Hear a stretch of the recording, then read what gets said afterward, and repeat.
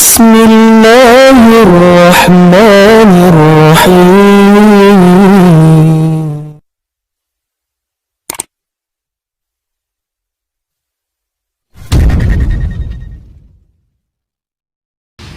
Belum tentu seorang mencintai Allah, belum tentu berlakunya benar, dan belum tentu kehidupannya benar, belum tentu ibadahnya benar. Malah Rasulullah sallallahu alaihi wasallam bersabda, seorang hamba Allah 60 tahun salat, tapi selama 60 tahun tidak diterima salatnya. Ditanya oleh sahabat, ya Rasulullah, bagaimana bisa terjadi seorang 60 tahun tidak diterima salatnya? Kata Rasulullah sallallahu alaihi wasallam, li'annahu la yutimmu ruku'aha wala sujudaha, karena dia tidak berusaha maksimal untuk menyempurnakan rukuknya dan sujudnya. Dan kita lihat kondisi dan keadaan banyak di antara jamaah kita yang kita sayangi dan kita cintai. Banyak di antara jamaah terlalu keburu selesaikan salatnya, apalagi salat sunnah qabliyah ba'diyah, apalagi duha dan yang lain-lain. Kapan kira-kira saatnya kita bisa menikmati ibadah salat?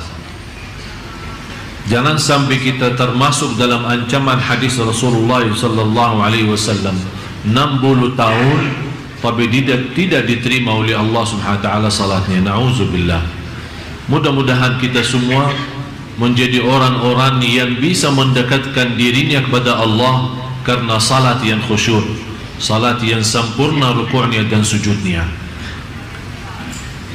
Marilah kita sama-sama mempelajari dan masuki kepada amalan-amalan yang bisa membawa kita, bukan hanya kita cinta Allah, tapi Allah Subhanahu wa ta'ala juga mencintai kita semua.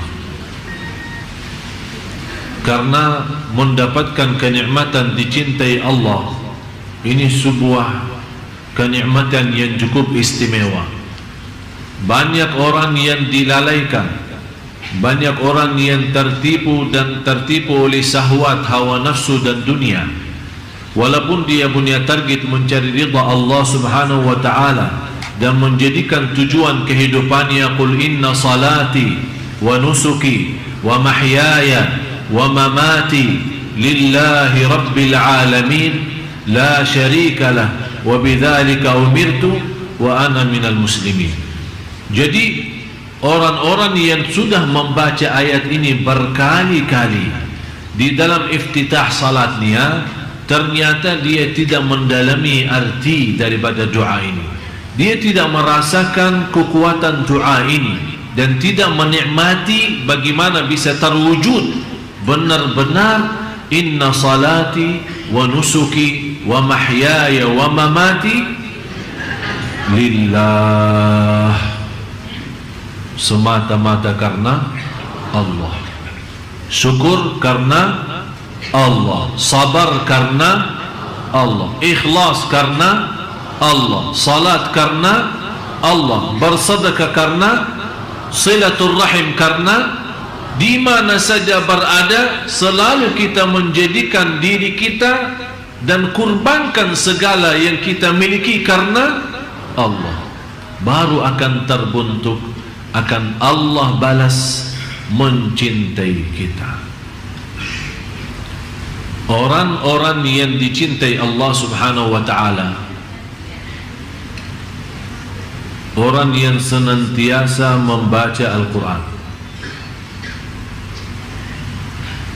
Tapi bagaimana prinsip orang baca Al-Quran tapi dicintai Allah? Karena selama ini Bapak Ibu, saya yakin Anda semua suka baca Al-Quran. Malah ada yang saya kenal 1 minggu, 2 minggu kurang lebih khatam Al-Quran. Kurang daripada 1 bulan dia mampu khatam Al-Quran. Malah ada yang dalam 1 bulan khatam 2 kali, ada malah 3 kali, 30 juz dalam 1 bulan. Tapi masalahnya bukan berapa banyak baca, tapi bagaimana membaca. Selama ini kita membaca Al-Quran untuk mengkhatamkan, tapi yang saya minta kali ini agak sedikit kita rubah. Bagaimana saya bisa baca Al-Quran tapi saya mendapatkan Allah mencintai saya? Yang pertama, saat kita baca Al-Quran harus anda rasakan Allah bicara sama anda langsung. Allah bicara sama kamu. Ya ayyuhalladzina amanu, hei orang. Yang dimaksud siapa? Saya. Rasakan. Ittaqullah, berarti Allah mau berbicara sama diri kita sendiri. Itu yang perlu dirasakan saat kita membaca Al-Quran. Dan kita selama membaca Al-Quran, kita merasa, kata ulama, kalau mau berbicara sama Allah subhanahu wa ta'ala, salat. Tapi kalau anda mau mendengar Allah berbicara, baca Quran. Kalau anda mau mendengar Allah yang berbicara, baca. Karena ini Al-Quran kalam Allah, kalam Allah langsung, yang Allah sampaikan langsung. Kalam Allah itu disampaikan kepada malaikat Jibril, malaikat Jibril kepada Nabi Muhammad SAW, Nabi Muhammad kepada sahabatnya, dan seterusnya sampai kepada kita. Jadi yang ingin berbicara sama Allah, salat, hadap Allah, bicara, silahkan. Tapi yang ingin mendengar Allah yang berbicara, baca Al-Quran. Jadi saat anda baca Al-Quran, Bismillahirrahmanirrahim, anda rasakan mendengar kalam Allah. Jadi jangan anda hanya membaca. Ada seorang membaca hanya lewat mata.